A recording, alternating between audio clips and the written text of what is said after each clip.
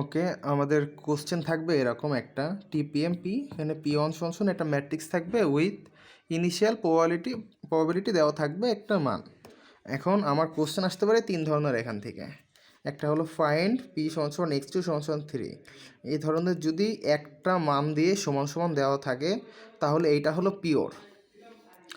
আরেকটা থাকবে হলো এই ধরনের কন্ডিশনাল, এই মাঝখানে একটা দাগ থাকবে। যদি এ ধরনের কোনো দাগ থাকে তাহলে আমরা বুঝে নেব এটা কন্ডিশনাল। আর একটা থাকবে হলো এ ধরনের হলো সিকোয়েন্সিয়ালের ভিতরে আমরা যখন ভাঙবো আমাদের হলো কন্ডিশনাল প্লাস পিওর দুইটা বেরোবে, এইটা আমরা দেখব। ওকে, আমরা যদি হলো এক নম্বরের অ্যান্সারটা দেখি তাহলে আমাদের মেনলি হলো পি সমান এক্স টু সমান 3। এক্ষেত্রে আমাদের এখানে হলো এক্স টুর যে মানটা সেটা হলো পি এর ওপরে পাওয়ার চলে যাবে, আর সমান 3-এর মানটা পি নিচে চলে আসবে। এইটার মানে হলো অ্যাট স্টেপ 2, পির স্টেপ 2 আর স্টেপ 3।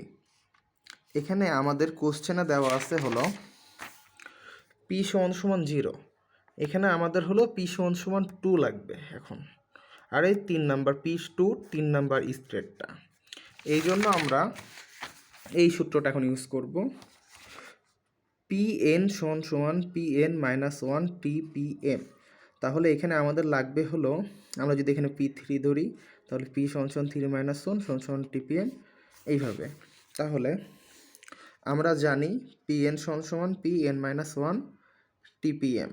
তাহলে আমাদের দেওয়া আছে P0। এখন আমরা যদি P2 বের করতে চাই তাহলে আমাদের দরকার হবে হলো P1। এই জন্য আমরা আগে P1 বের করব। P1 সমান P0 টিপিএম। আমরা P0-র মানটা এখানে বসিয়ে দিচ্ছি, আর এখানে টিপিএমের মান দুইটাই কোশ্চেনে দেওয়া আছে। এখানে আমাদের যে ম্যাট্রিক্সের গুণ সেই নিয়মটা ফলো হবে। ম্যাট্রিক্সের গুণ করবে এই তিনটার সাথে এই তিনটা সিকোয়েন্সিয়ালি, এটার সাথে এইটা, এটার সাথে এইটা। সেই অনুযায়ী আমরা যদি গুণ করি, গুণ করার ফলে আমরা সিকোয়েন্সে এটা পাবো এই তিনটা, আর এই তিনটা যোগ করার পরে P1 সমান 0.22, 0.43, 0.35। এটা আমাদের P1-এর মান। কিন্তু আমাদের লাগবে হলো P2। তাহলে P2 সমান আবার লিখতে পারি P1 আর টিপিএম ওই P সমান P-1 সেই হিসাবে।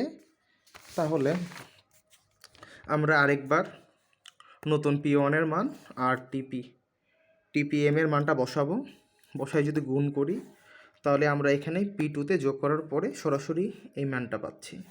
কিন্তু এখানে আমার দরকার হলো P2 3। এটা হলো P2 পাইছি, আর 3 নাম্বার হলো অ্যাড স্টেপ 2 স্টেপ 3। তাই 3 নাম্বার স্টেপটা হলো এটা, যদি স্টেপ 1 এটা 2 এটা 3, তাহলে আমার এটার অ্যান্সার হলো 0.279। এটা হলো এক নাম্বারটা। ওকে, এখন যদি 2 নাম্বারটা আমরা দেখি, 2 নাম্বারটা আমাদের কন্ডিশনাল, এটা অনেক ছোট হিসাবে। এখানে আমাদের ম্যাম বলছিল ডিফারেন্স বের করতে, কিন্তু ম্যাম ডিফারেন্স 1-এই করাইছে, এটা এক্সট্রা দেখায় নাই, এটার মান হিসেবে ডিফারেন্সটার মানটা দেখায় নাই।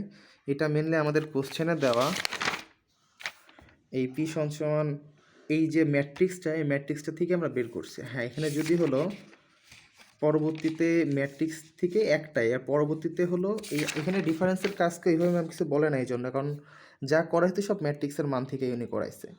আর এইখানে একটা কাজ হবে পির ক্ষেত্রে, এই P1টা ডিফারেন্স থেকে নিলাম আমরা, আর হলো এখানে যেটা হলো পিছনে, যেটা হলো পরের মানটা সেটা যাবে আগে, আগের মানটা যাবে পরে।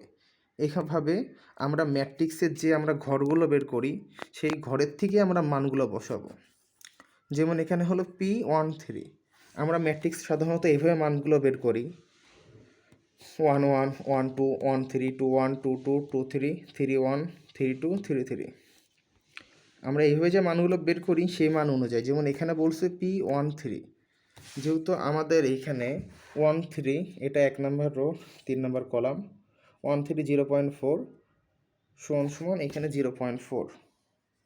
এইভাবে আমাদের মানগুলো বসবে কন্ডিশনাল ক্ষেত্রে, এটা প্রত্যেক ক্ষেত্রেই সেম।